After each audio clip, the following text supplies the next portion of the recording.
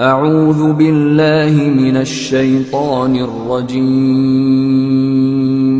بسم الله الرحمن الرحيم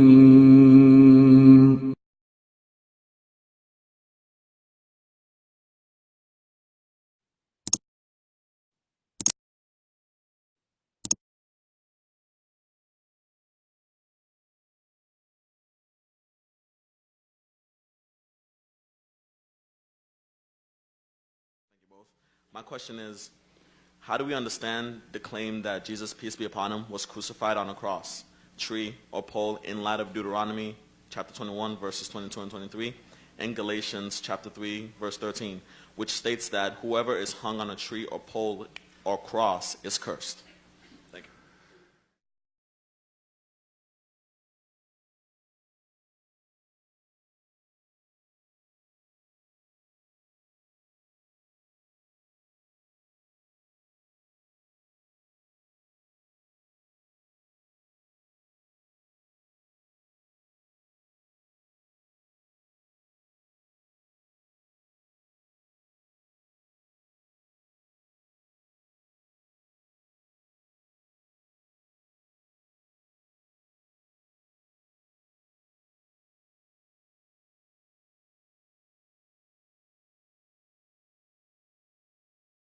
Well, I'd say you're about that close to understanding the gospel, right?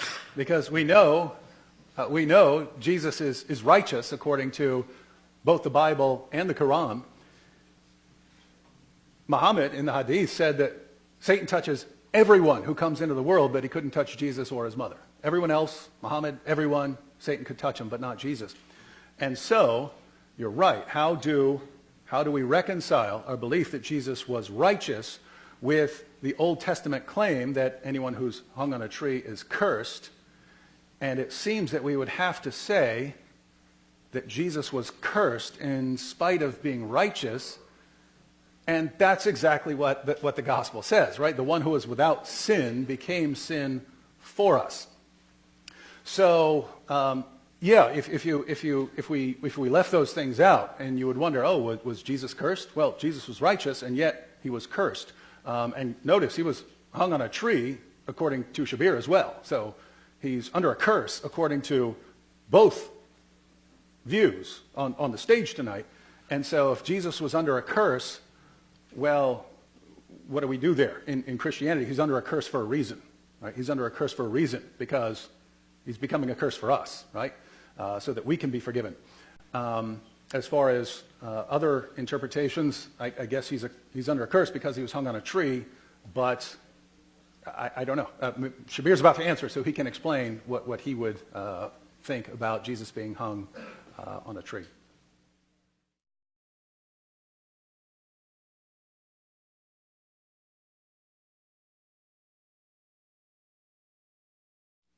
I agree that Jesus was righteous, and I don't agree that he was a curse. And the Deuteronomy passage actually refers to a person who was hung justly for his crimes. So he's under the curse of God, according to Deuteronomy. Paul misunderstood this, and though Jesus was unjustly hung, Paul said Jesus became a curse, but he's a curse for us. But that is problematic because, as Dr. William Lane Craig asserts, you cannot just simply say that Jesus got up and rose from the dead on his own. God had to raise him from the dead. But as I pointed out to him, for God to raise him from the dead, God has to want to raise him from the dead. And if all we know is that he died under the curse of God, according to your scriptures, you have no reason for thinking that God would want to raise the accursed person from the dead, who died under the curse of his own law.